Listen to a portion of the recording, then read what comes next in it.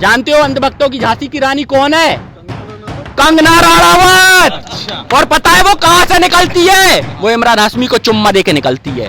हमारी झांसी की रानी लेकिन अंग्रेजों का सर कलम करके किले से निकलती है, वो हमारी झांसी की रानी है। यहाँ पर वोट बैंक सिर्फ धर्म और जात के नाम पर बांटा जा रहा है योगी राज में। इसी संविधान की ताकत थी कि एक चाय बेचने वाला प्रधानमंत्री बन गया। ये गलती हो गई है देश से। और अंग्रेजों के द्वारा बनाया गया संगठन आरएसएस था, जो आज भाजपा के रूप में जन्म ले चुका है, जिसने फिर राष्ट्रीय स्वयंसेवक अपना नाम दिया।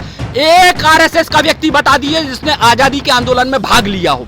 हिंदू तो मोहम्मद बिन का एक मिनट हिंदू तन की हवसमंद को गुनाहगार बना देती है, बाग के बाग को बीमार बना देती है। अरे भूखे पेटों को देशभक्ति सिखाने वालों, भूखे इंसान को गद्दार बना देती है, गद्दार बना देती है। सर, राम मंदिर बन गया है, क्या फायदा होगा बीजेपी को इससे? देखिए, राम मंदिर बन गया है तो इससे ये अच्छा होगा। सबसे पहली बात कि जो लोग पकोड़े बेचना चाहते हैं, ठीक है, वो बाहर स्टॉल लगा लेंगे। जो लोग इंजीनियरिंग, हमारे यहाँ क्या होता है 4.5 लाख इंजीनियर हर साल बनते हैं, जिसमें से 1 लाख नौकरी निकलती है। अब 3.5 लाख लोगों को नौकरी मिल नहीं रही है, तो जो 3.5 लाख लोग हैं वो वहां पर कटोरा पकड़ के बैठ जाएंगे तो उनको दान मिल जाएगा। ये विकास होगा देश का। देश में क्या है, जब देखिए यहीं से संविधान टूट जाता है, जब देश के अंदर धर्म और जात की बात होने लग जाए। आप देख सकते हैं 2014 से और आज तक सिर्फ देश के अंदर धर्म के समीकरण बांधे जा रहे हैं और जाति के समीकरण बांधे जा रहे हैं। आपने ऐसा परिदृश्य कभी नहीं देखा होगा जब गाड़ियों के पीछे जाति विशेष के नाम लिखे दिखाई दें। ये 2014 के बाद शुरू हुआ है, जब अन्य लोग धर्म और जाति के नाम पर खड़े हो गए हैं। तो ये देश को लड़ाने का काम कर रहे हैं, देश में गृह युद्ध का काम कर रहे हैं। और बात है राम मंदिर की। अगर राम मंदिर से विकास हो जाता है तो मैं कहना चाहूंगा, जब आपके घर में कोई बीमार पड़ जाए तो उसे राम मंदिर ले जाइएगा। जब अगर राम मंदिर से विकास होता है तो शिक्षा के मंदिर बंद कर शिक्षा के काम भी वहीं पर कीजिएगा। देखिए, शिक्षा का मुद्दा होता है स्वास्थ्य, शिक्षा, रोजगार और संरक्षण। अगर ये 4 काम सरकार कोई भी ना कर पाए तो वो सरकार में रहने लायक नहीं है। तभी मेरे मन से हमेशा बात निकलती है, आपने किसान आंदोलन में भी देखा होगा कि तन की हवसमंद को गुनाहगार बना देती है, बाग के बाग को बीमार बना देती है। अरे भूखे पेटों को देशभक्ति सिखाने वालों, भूखे इंसान को गद्दार बना देती है, गद्दार बना देती है।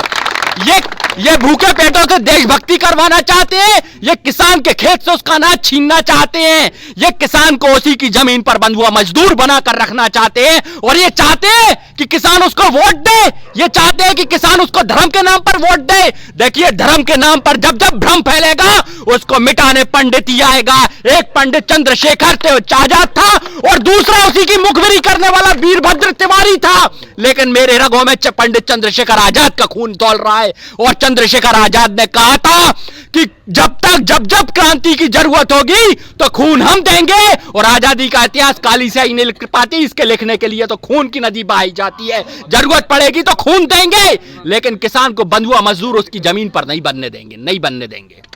थैंक यू दीपक जी, हमसे बात करने के लिए, तमाम जानकारी पहुंचाने के लिए। मैं भी यूपी इलेक्शन के दौरान किसान आंदोलन से, बॉर्डर से हटके अब जा रहा हूं, लोगों के बीच में बातचीत कर रहा हूं। और बातचीत में मुझे यही पता पड़ रहा है कि यहां पर वोट बैंक सिर्फ धर्म और जात के नाम पर बांटा जा रहा है योगी राज में। और लोगों में कहां जा रहा है? देखिए, राम मंदिर बहुत समय से मुद्दा था, अटका हुआ, उन्होंने तो खत्म कर दिया। चलिए मैं बता देता हूं उस विषय पे भी। अब आपको ये भी एक बहुत बड़ा ट्रैप है, एक जाल है कि राम मंदिर का जो इशू था वो सुप्रीम कोर्ट में चल रहा था, उसको अपने नाम पर कैश कराने की बात कर रही है बीजेपी। सुप्रीम कोर्ट के अंदर जज गोगोई ने राज्यसभा बने और इस पर फैसला दिया। और आप देखिए, उसके चंदे की पर्चियां काटी जा रही हैं, क्योंकि वो सुप्रीम कोर्ट का फैसले पर गोगोई के ऊपर उंगली ना उठ जाए तो रसीदें सबकी काटी गई। जिससे क्या है, कल को अगर कोई हलफनामा दायर करे तो वो कहें ये तो सभी चाहते थे, जबकि ऐसा नहीं है भाई। राम मंदिर सिर्फ बीजेपी चाहती थी और वो लोग चाहते थे। राम मंदिर की जगह कई लोगों ने दायर भी की कि अस्पताल बन जाए वहां पे राम भगवान के नाम से, तो जाने कितने लोगों का इलाज हो जाएगा। राम भगवान राम के नाम से कोई इंजीनियर संस्थान बन जाए, जाने देश को कितने इंजीनियर मिलेंगे, वैज्ञानिक मिलेंगे। भाई, लोग क्या चाहते हैं ये समझिए। अच्छा था आजादी से पहले भ्रष्ट लोग नहीं थे, नहीं तो इतना अच्छा संविधान भी नहीं लिखा जाता जहां पर एक चपरासी का बेटा भी प्रधानमंत्री बन जाता। यहीं पर अटल बिहारी वाजपेयी थे जो प्रधानमंत्री बन गए। और इसी संविधान की ताकत थी कि एक चाय बेचने वाला प्रधानमंत्री बन गया। ये गलती हो गई है देश से। ये गलती हुई है कि एक चाय बेचने वाले को प्रधानमंत्री बना दिया क्योंकि व्यापारी आदमी व्यापार करना जानता है और वो व्यापार कर रहा है इस देश के साथ, भावनाओं के साथ। लेकिन ये देश सेवा चाहता है। अगर सेवा है राजनीति तो फिर फ्री में करिए। क्यों आप बड़े बड़े सूट पहन रहे हैं? क्यों आप विदेशों की ट्रिप लगा रहे हैं? क्यों आप इतना खर्चा कर रहे हैं? क्यों देश पे टैक्स का बोझ डाल रहे हैं? देखिए, पेट्रोल की आज भी बेसिक प्राइस 30 रुपए है। बेसिक प्राइस 30 रुपए है, लेकिन उस पर 37 रुपए स्टेट गवर्नमेंट ले रही है, उस पर 30 रुपए सेंट्रल गवर्नमेंट ले रही है। ऐसे करके पेट्रोल 100 और 110 के पार जा रहा है। लेकिन यही आज से 6 साल पहले इस पर जो टैक्स था वो 4 रुपए और 3 रुपए था। इसलिए पेट्रोल इस दाम पे, अगर ये पुराने रेट पे बेसिक प्राइस आ जाएंगे तो पेट्रोल 200 पार चला जाएगा। तब लोगों को समझ आएगा। और फिर सोचिए कि एक तरफ फसलों के दाम बढ़ नहीं रहे। भाई, जब गन्ना किसान जब सोसाइटियों से लोन लेता है, पैसा लेता है, तो वो ब्याज देता है उन पे। अब उसको 14 दिन में जब देने का वादा किया जाता है, मैंने यहीं पे आके ये सब चीजें जानी हैं, तो ये बताइए पेमेंट लेट कौन कर रहा है? उनका मिल मालिक। तो इसका भुगतान तो मिल मालिकों को करना चाहिए ना। ये इनकी जायज मांग है। और सरकार क्या करती है? अगर हाई कोर्ट से कोई आदेश भी आ जाए तो करती क्या है? सरकार उसे माफ कर देती है, क्योंकि वही मिल मालिक फिर पार्टी को फंड देते हैं, फिर वो चुनाव लड़ती है। लेकिन ये जनता हर बार यूं ही ठगी जाती है। मैं तो चाहता हूं इस बार कोई ना कोई किसान चुनाव लड़ता रहे और सड़क से लेकर संसद तक किसान बैठे, तभी किसानों का भला हो पाएगा। नहीं, वो तो आपको बोलते हैं आंदोलनजीवी हैं आप लोग, इस पे क्या करेंगे? देखिए, कुछ भाषणजीवी होते हैं, कुछ आंदोलनजीवी होते हैं। अच्छी बात है, ये तो कुछ रोजगार दे नहीं पाए। हम कम से कम आंदोलन करना हमारा मौलिक अधिकार है। अब हम विपक्ष के खिलाफ अगर बोलते हैं, सरकार के खिलाफ कुछ भी विपक्ष में खड़े हो जाते हैं, तो हमें कोई ना कोई नामकरण कर दिया जाता है। मैं आपको बता दूं, अगर मैं यहां बैठे भाई का नाम अगर अंबानी रख दूं तो ये क्या अंबानी हो जाएंगे क्या? हैं? ये अंबानी हो गए क्या? इनका बदल गया क्या सब? कल से ये क्या कहते हैं, इनको इनके पास एम्बेसडर वगैरह गाड़ियां आ जाएंगी क्या? ये काम कर रहे हैं सिर्फ नाम बदलने का, जो आसान काम है, जो लोगों को उसको आसानी से धर्म में बांटा जा सके। आप जितना मुस्लिम को परेशान करेंगे उतना ज्यादा इतिहास के साथ। देखिए, फिर मैं एक बार इतिहास की एक घटना पे जाऊंगा, क्योंकि इतिहास को गलत तरीके से पेश कर दिया गया है। महाराणा प्रताप की तरफ से, मैं आपको सबको बता देता हूं, महाराणा प्रताप की तरफ से हाकिम खां सूरी लड़ रहे थे और अकबर की तरफ से मानसिंह लड़ रहे थे। अब जरा बताइए इसमें हिंदू मुस्लिम एंगल कैसे हो गया? लेकिन आरएसएस ने यही इसको हिंदू मुस्लिम एंगल बनाया।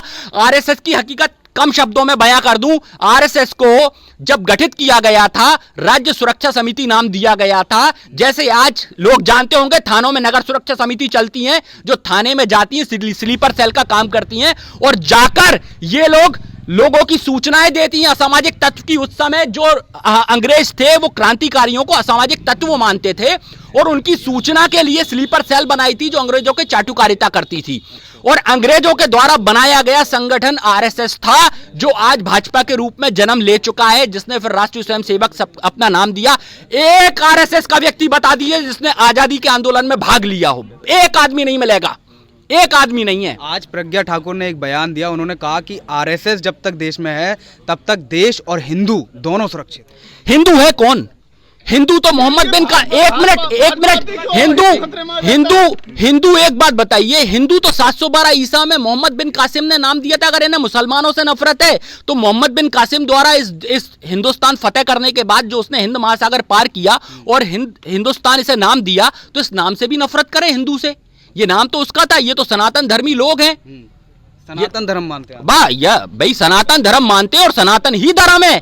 हिंदू कोई शब्द नहीं है। हिंदू के नाम पे आप एक समझिए, हिंदू के नाम पे क्या होता है, जैन को साथ ले लेते हैं, सिख को साथ ले लेते हैं, इसमें क्या कहते हैं, सिर्फ मुसलमान हटा दीजिए, लगभग सभी को साथ ले लेते हैं। दलित भी आ जाते हैं, वो सब आ जाते हैं। लेकिन अगर ये सिर्फ सनातन की बात करेंगे तो सनातन धर्म के हिसाब से जैन अलग हो जाएंगे, सिख अलग हो जाएंगे।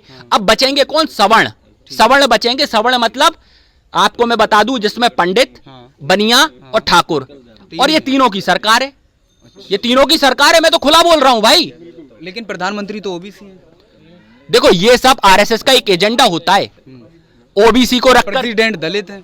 हाँ, तो उन्हें फिर क्या कहते हैं, वहां पे ब्रह्म मंदिर में क्यों नहीं घुसने दिया गया? क्यों सीढ़ियों पे बिठा दिया गया? वो तो सोच है ना लोगों की। अब ना काय की सोच है? एक राष्ट्रपति को अगर मंदिर में रोक दिया जाए तो ये देश के संविधान के साथ उल्लंघन है। और संविधान का तो क्या कहते हैं, विद्रोह करने वाला व्यक्ति, संविधान के साथ खिलवाड़ करने वाला देश का देशद्रोही है। तो ये देशद्रोह किसने करवाया? आप बताइए, राष्ट्रपति के हिसाब से देश चलता है। राष्ट्रपति एक स्वतंत्र अपने आप में एजेंसी है, सुप्रीम कोर्ट, राष्ट्रपति, और राष्ट्रपति को रोक दिया वो तो मंदिर तोड़वा देता अगर उसको रोक दिया तो। ये सब एक ट्रैप होता है जिससे आपका मन बांटा जा सके। दलित के खिलाफ ऐसे बिहेव करा जाता है लोगों द्वारा। लड़ाने का काम किया है ब्राह्मण को दलित से, हिंदू को मुसलमान से, कभी किसी को किसी से, और इस तरीके कहते हैं सबका साथ सबका विकास। आप कह रहे हैं लड़ा रहे हैं वो ना, साथ है ना उनका मोदी जी का साथ है ना। जब तक साथ है तब तक बेरोजगार हैं, और हर हाथ उनने क्या कहते हैं रोजगार देके रखा है। सबके पास मोबाइल है, उसमें लगे रहते हैं, बिजी रहते हैं, डेटा अपने मम्मी पापा से बांटते रहते हैं, और कहते हैं अब शेर पाला है तो शेर की खुराक देनी पड़ेगी, चाहे क्या कहते हैं घर वाले पिछाड़ी पे लात मार दें, लेकिन अच्छा खुराक तो देनी पड़ेगी। हाँ, खुराक तो देनी पड़ेगी, अब चाहे 200 रुपए पेट्रोल हो जाए। लेकिन मैं समझाना चाहता हूं, इस ट्रैप से निकलने की जरूरत है। शहीद भगत सिंह के विचारों पर चलने की जरूरत है, जहां पर समाजवादी वतन की स्थापना की जानी चाहिए, जहां पर आय के स्रोतों पर सबका बराबर अधिकार होना चाहिए। अगर देश के हर एक आदमी के पास लाख रुपए होंगे तो वो देश लाखपति कहलाएगा, अगर करोड़ रुपए होंगे तो देश करोड़पति कहलाएगा। लेकिन अगर 4 लोगों के हाथ में करोड़ रुपए होंगे तो क्या देश करोड़पति बन जाएगा? ये बाकी सब तो बेरोजगार और परेशान घूम रहे हैं। आप जाइए, भीड़ की जमात मिल जाएगी। 4 लोग, कौन से 4 लोग? देखो, अंबानी, अडानी, मोदी और शाह। हाँ, वो ऐसे ही चला जाता है। प्रधानमंत्री की बेइज्जती कर रहे हैं, आपको पता है? प्रधानमंत्री तो अपनी बेइज्जती उस दिन करा दी थी जिस दिन क्या कहते हैं अपनी माँ को लाइन में लगा दिया था। अपनी माँ को लाइन में लगा दिया था बैंक की। ऐसा कौन, ये बताओ, ऐसा कोई अगर विकलांग बेटा भी होगा ना, प्रधानमंत्री तो छोड़ो, वो भी अपनी माँ को लाइन में नहीं लगने देगा, खुद जाएगा लगने। अरे क्यों नहीं जाएगा यार? बताइए, जब भारत को हम माँ कहते हैं, माँ की, ये देश माँ को सर्वोपरि मानता है, अगर वो अपनी माँ को लाइन में लगा दे तो ये तो आम जनता इसे तो लाइन में लगा के छोड़ ही दिया है। इसी के लिए तो करा है उन्होंने कि आम जनता है, वो भी आम नागरिक आती हैं, वो भी। तो प्रधानमंत्री आम क्यों नहीं बन जाते? प्रधानमंत्री क्यों वीआईपी बने घूम रहे हैं देश? खुद कहते हैं कि मैं चाय वाला हूँ, तो चाय बेचे, देश क्यों चला रहे हैं? चाय बेच दें। अगर नहीं बेचना जानते तो ये देश के लोग इस बार उन्हें हराकर चाय बेचने पे मजबूर भी कर देंगे। करेंगे कि नहीं करेंगे? कहां से करेंगे? पेंशन तो उनकी बनी रहती है, दुनिया भर की और किसी सरकारी आदमी पेंशन बंद कर। अब पेंशन तो बंद कर। अब जब देखो, फ्री के कमा रहे हैं वो, तो बताइए। एक बात और है, मैं अपना आखिरी डायलॉग भी दे ही दूं जाते जाते। क्या है कि लोग सुन भी लें और याद भी आ जाऊं, हो सकता है मैं लोगों को, कि आपको पता है अंधभक्तों की झांसी की रानी कौन है? जानते हो अंधभक्तों की झांसी की रानी कौन है? कंगना रणावत। और पता है वो कहां से निकलती है? वो इमरान हाशमी को चुम्मा देके निकलती है। हमारी झांसी की रानी लेकिन अंग्रेजों का सर कलम करके किले से निकलती है, वो हमारी झांसी की रानी है। ये अंधभक्तों की झांसी की रानी हो सकती होगी?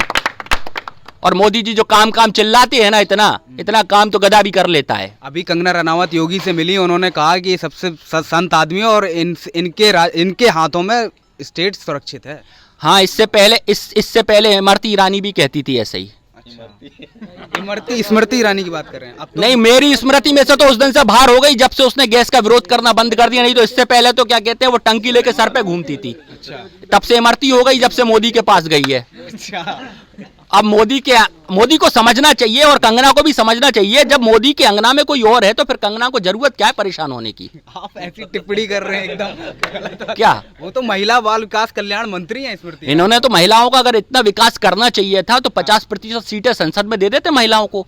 बड़ा विकास चाहते हैं। सुप्रीम कोर्ट में 3 जज बना दिए। खुद के घर का विकास नहीं कर पाए यार जो आदमी, वो अब क्या देश का विकास करेगा? क्यों बातें कर रहे हो मेरे से ये वाली? ये फिर वही बात आ जाएगी कि जिसको घर की जिम्मेदारी थी वो घर से भाग गया, जब देश की जिम्मेदारी तो विदेश भाग गया। अब ऐसे आदमी को आप कैसे देखोगे मेरी नजर से? भाई ये लोग हैं विकासशील पुरुष जो देश की जनसंख्या बढ़ाने में सहयोग करते हैं, देश में नया नौजवान खड़ा करते हैं, एक सीमा पर जवान खड़ा करते हैं तो एक खेत में किसान खड़ा करते हैं। लेकिन यही सरकार सेना में जवान को और खेत में किसान को लड़ाने का काम करती है। अरे देश का अपमान तो उस समय हो जाता है जब सीमा पर जवान रो जाता है और खेत में किसान रो जाता है, तब देश का अपमान होता है, इससे पहले नहीं होता। और मैं आज एक संदेश भी देकर जाऊंगा कि आपको अपनी खेती बचानी है और आम जन को अपनी रोटी बचानी है, और अब ऐसे नेताओं से आपको अपनी बेटी भी बचानी है, बेटी भी बचानी है। चैनल को लाइक, शेयर एंड सब्सक्राइब करें और बेल आइकन दबाना ना भूलें।